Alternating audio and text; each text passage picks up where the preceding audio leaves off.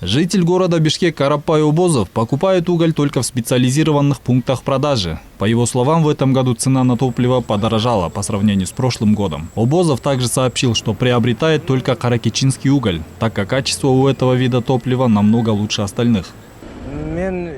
Я купил 3 тонны угля. Этого хватит нашей семье. Цена немного выше прошлогодней, однако качество товара мне понравилось. Мы всегда раньше срока запасаемся на зиму, потому что недавнее видео оползня меня еще больше вынудило купить уголь пораньше.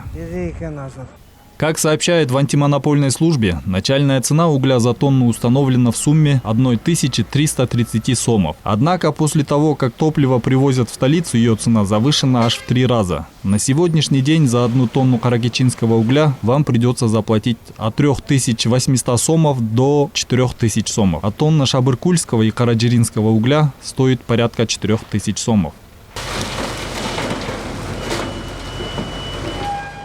Что интересно, люди больше запасаются именно каракечинским углем. Однако сейчас покупателей не так и много, сообщили сами продавцы топлива. Один из них, Туратбек Албанов, по его мнению, большинство клиентов приезжают лишь узнать цену на товар. И из-за ее стоимости откладывают покупку до первых заморозков. Как сообщил продавец, цена на уголь поднялась, потому что компании увеличили стоимость услуг за перевозку товара.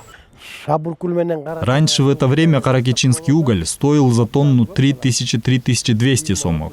Сейчас очень сильно подорожала доставка. Людям действительно тяжело покупать по такой цене. Большинство даже и не покупает. Если уголь отпускают по 1300 сомов, то ладно, перевозчики могут добавить еще 1000 сомов за услугу. Но этого не происходит же. Они по 3500 сомов продают, а продавцы продают под 3800. Разгрузка 100 сомов. Услуги тракториста 100 сомов. И себе оставляют 100 сомов.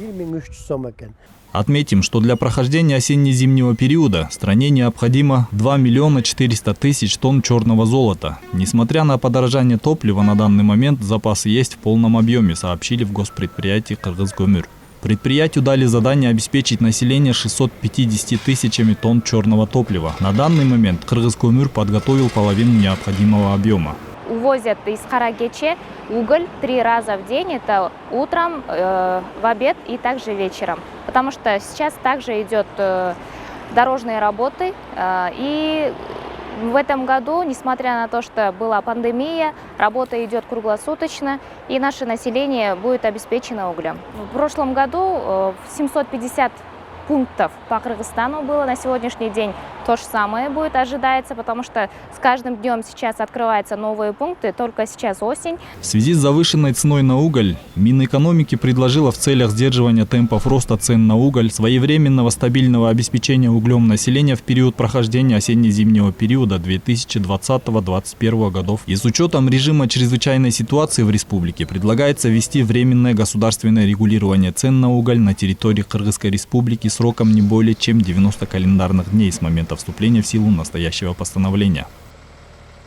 Аида Аматбекова, Азамат Кендешев, Алтынбек Саакиев, Нью ТВ.